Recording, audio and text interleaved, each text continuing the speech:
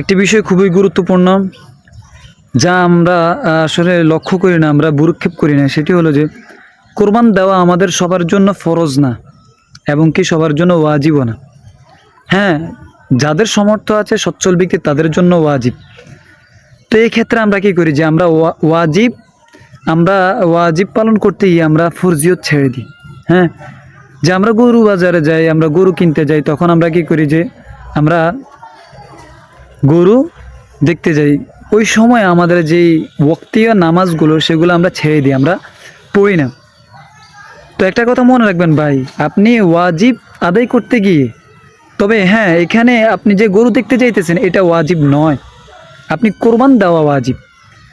তো আপনি যে আপনার ফরজিয়ত যে তরক করতেছেন, এর জন্য আপনার আপনার এই কোরবানটা কেমন হবে, বিষয়টা একটু ভাবেন।